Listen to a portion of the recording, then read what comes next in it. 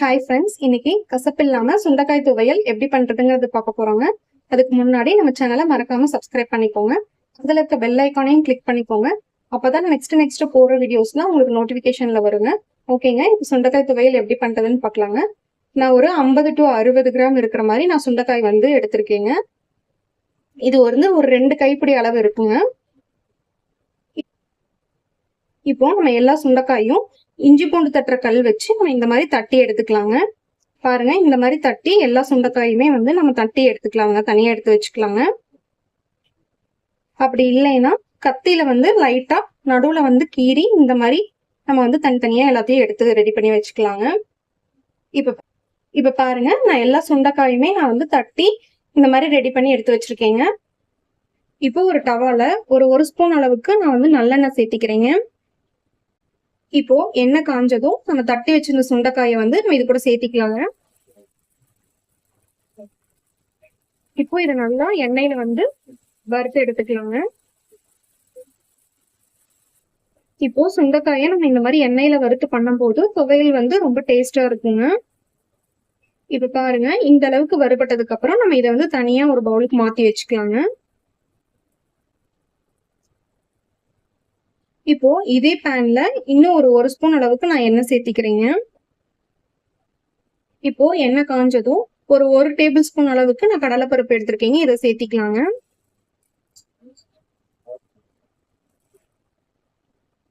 இப்போ இதை நல்லா வறுத்துக்கலாங்க. கலர் வந்து லைட்டா சேஞ்ச் ஆகும்போது நம்ம வந்து மற்ற பொருள் எல்லாம் ஆட் பண்ணிக்கலாங்க. இப்போ 3 பெரிய பல் பூண்டு சின்னதா கட் பண்ணி வச்சிருக்கீங்க, இதை சேர்த்திக்கலாங்க.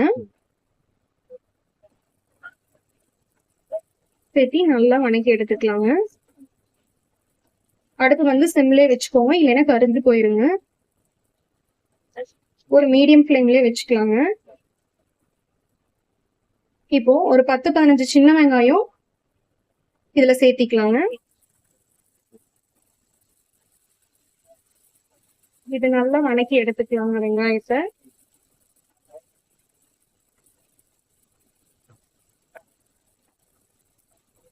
இப்ப பாருங்க, வெங்காயம் வந்து நல்லா கண்ணாடி பதம் வந்த அளவுக்கு வணக்கியாச்சுங்க.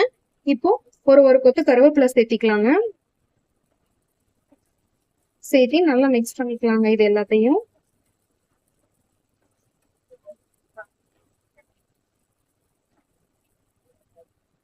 இப்போ இதுல ஒரு 3 காஞ்ச மிளகாய் சேர்த்திருக்கீங்க. உங்களுக்கு காரம் வேணும்னா இன்னும் ஒரு 2 மிளகாய் கூட நீங்க எக்ஸ்ட்ரா சேர்த்திக்கோங்க. இந்த அளவுக்கு புளி எடுத்திருக்கீங்க, இதையும் சேர்த்திக்கலாங்க. இப்ப எல்லாத்தையும் நம்ம வந்து மிக்ஸ் பண்ணிக்கலாங்க. எண்ணெயில வந்து எல்லாத்தையும் நம்ம வறுத்து எடுத்துக்கலாங்க.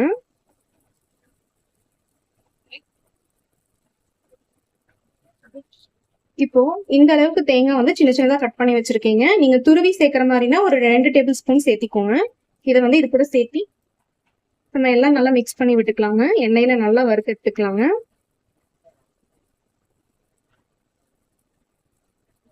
இப்போ ஒரு 1/2 ஸ்பூன் அளவுக்கு உப்பு சேர்த்திக்கலாங்க.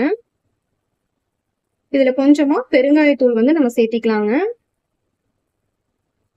இப்போ இதை நல்லா மிக்ஸ் பண்ணி விட்டுக்கலாங்க. உப்பு வந்து எல்லா பக்கமும் படுற மாதிரி நல்லா மிக்ஸ் பண்ணிக்கலாங்க. இப்போ நம்ம கடைசியா தாங்க சுண்டைக்காய் வந்து சேர்க்க போறோம். ஏன்னா ஆல்ரெடி நம்ம தனியா வறுத்து எடுத்தாச்சுங்க, அதனால நம்ம கடைசியா சேர்த்துக்கலாங்க. இப்போ இது கூட நம்ம வறுத்து வச்சிருந்த சுண்டைக்காயும் இது கூட சேர்த்து நம்ம வந்து கலந்து விட்டுக்கலாங்க.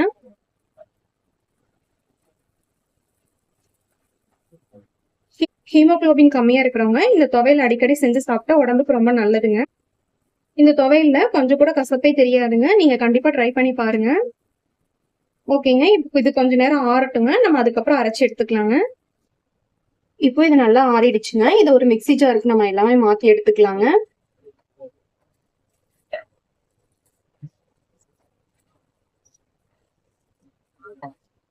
நீங்க சாதத்தோட பிசைஞ்சு சாப்பிட்ற மாதிரி இருந்தா கொஞ்சம் கொரகொரப்பா அரைச்சுக்கோங்க, நைஸா அரைக்காம. இப்போ இதுல கொஞ்சமா தண்ணி விட்டு நம்ம ஃபுல்லா அரைச்சி எடுத்துக்கலாங்க. அவ்வளவுதாங்க, சூப்பரா ரெடி ஆயிடுச்சுங்க சுண்டைக்காய் துவையல். இது சாதம், இட்லி, தோசை எல்லாத்துக்குமே வச்சு சாப்பிடலாங்க. கண்டிப்பா நல்லா இருக்குங்க. நீங்களும் ட்ரை பண்ணி பாருங்க. மறக்காம நம்ம சேனலை சப்ஸ்கிரைப் பண்ணிக்கோங்க. தேங்க்யூ.